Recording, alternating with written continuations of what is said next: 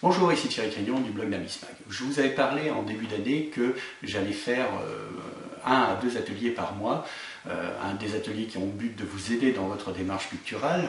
Et aujourd'hui, je démarre mon premier atelier. Je vous en ai souvent parlé, cet atelier s'appelle Peindre à la manière de Rubens.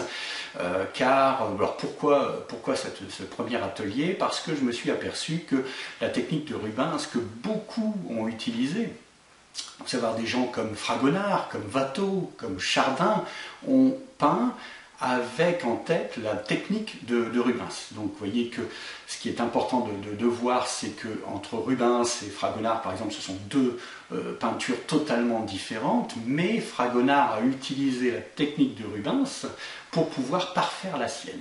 Et cet atelier est conçu dans cet esprit-là. Ça veut dire que je voudrais que vous basiez sur la technique de Rubens pour parfaire, vous, votre propre technique. À la manière de Fragonard ou de Chardin ou voire de Boucher.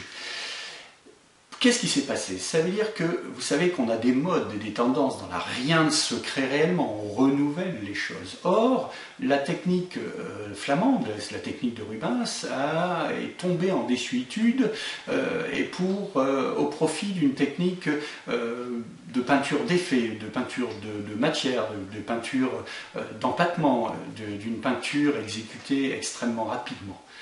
Or, aujourd'hui, on sent une nouvelle tendance, là, depuis 2-3 ans, on sent une vraie tendance à un retour en arrière, à une peinture un peu plus technique, une peinture plus léchée, qui nécessite du temps pour peindre et qui nécessite aussi un certain savoir-faire. Et ce savoir-faire, c'est le savoir-faire qu'avait Rubens. Donc, dans cet atelier, je vais vous expliquer, il y a plusieurs modules. Le premier module explique la vie de Rubens, parce qu'il est essentiel de comprendre la vie de Rubens pour comprendre pourquoi il en est arrivé à cette technique. C'est-à-dire que ce n'est pas simplement chez lui dans son atelier qu'il a découvert cette technique, c'est en bougeant, en allant voir ailleurs, et c'est toute cette partie de vie de Rubens qui nous permettra de comprendre pourquoi il en est arrivé à ça et qu'est-ce qui explique sa technique. Dans un deuxième module, nous allons parler de la loi de perspective aérienne, c'est-à-dire pourquoi il a découvert ça et qu'est-ce que ça a apporté à la peinture, même à la peinture d'aujourd'hui. Parce que je pense que dans le temps et avant Rubens, on avait une peinture qui était plutôt en 2D, c'est-à-dire vraiment un aplat. Après Rubens, on a commencé à avoir des effets, si vous voulez, de 3 dimensions. C'est pas de la vraie 3 dimensions, bien sûr, mais c'est ces effets de profondeur, ces effets de différents niveaux de peinture qui donnaient cette profondeur qu'on n'avait pas avant. Dans le module 3, nous allons étudier son œuvre. Donc j'ai pris plusieurs tableaux et je vous explique comment a travaillé Rubens, comment il a fait, comment il a obtenu ses effets.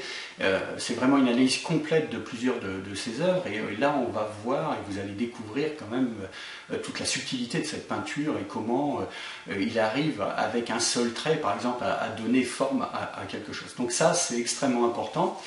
Dans le module suivant, je vous explique les médiums, c'est-à-dire son médium à lui, les médiums que vous allez pouvoir utiliser parce que effectivement il y a des médiums aujourd'hui qui sont sur le marché, qui sont les médiums flamands, qui selon les marques, ils possèdent le nom, c'est le médium flamand, médium hollandais, médium Van Eyck. Bon, en fonction des marques, ils portent un nom de peintre hollandais ou du nom hollandais, flamand.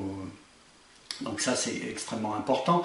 Donc je vous explique aussi comment, avec les produits que vous avez chez vous, comment obtenir un bon vernis, un bon médium à glacis, parce que ça c'est extrêmement important. Il faut savoir que vous n'êtes pas obligé d'aller courir dans le commerce pour acheter un médium à glacis. Vous pouvez très bien le fabriquer vous-même avec les ingrédients que vous avez chez vous. Dans un autre module, je vous explique les glacis, c'est-à-dire les glacis contemporains, comme aujourd'hui, comment les faire aujourd'hui. Parce qu'effectivement, la technique des flamands, on est sur très très peu de couleurs, mais vous pouvez faire des glacis sur des couleurs un peu plus modernes et un peu plus aujourd'hui. Aujourd'hui, dans le temps, on avait 8 ou 9 couleurs, aujourd'hui on en utilise beaucoup plus, mais par exemple, je vous explique comment obtenir un orange extrêmement lumineux, un orange que vous n'obtiendrez jamais par le simple mélange d'un jaune et d'un rouge. Donc, le glacis vous permet d'avoir des choses beaucoup plus lumineuses. Donc c'est pour ça que j'insiste sur cette technique qui peut vous aider dans votre technique d'aujourd'hui. C'est-à-dire que ce n'est pas un retour en arrière, c'est un renouvellement de cette technique. Dans le dernier module, c'est un module pas à pas. Donc nous refaisons une œuvre de l'époque flamande. Alors ce n'est pas une œuvre de Rubens parce que Rubens, d'abord, a fait très peu de nature morte et le peu qu'il ait fait était extrêmement complexe. Et je pensais que c'était trop difficile. Le but n'est pas de copier un Rubens. Il y aura peut-être un atelier un jour comment copier un Rubens. Là, le système, c'était vraiment pour vous expliquer cette technique. Et à travers cette œuvre, je vous explique toute la technique qu'a utilisée Rubens, pourquoi il faisait dans ce sens-là, de façon à ce qu'à un moment donné, dans votre propre peinture, vous pourriez utiliser cette technique-là. Donc ça, c'est un pas à pas. Donc il y a 4 vidéos qui, le tout dure un peu plus d'1 heure. Ça vous permettra de suivre ce que j'ai fait, avec toutes les explications que je donne au fur et à mesure, pour pouvoir réimiter ça. Et surtout, je vous répète, cet atelier n'est vraiment pas dans le but de copier Rubens et de refaire un tableau à Rubens. Le but de cet atelier, c'est d'utiliser la technique qu'avait Rubens pour la renouveler et la mettre au goût du jour et dans votre propre peinture. Voilà, alors vous pouvez accéder à la formation dans le petit i qui est dessus. Si c'est sur Facebook, le lien est au-dessus. Et je vous dis à bientôt pour un autre atelier.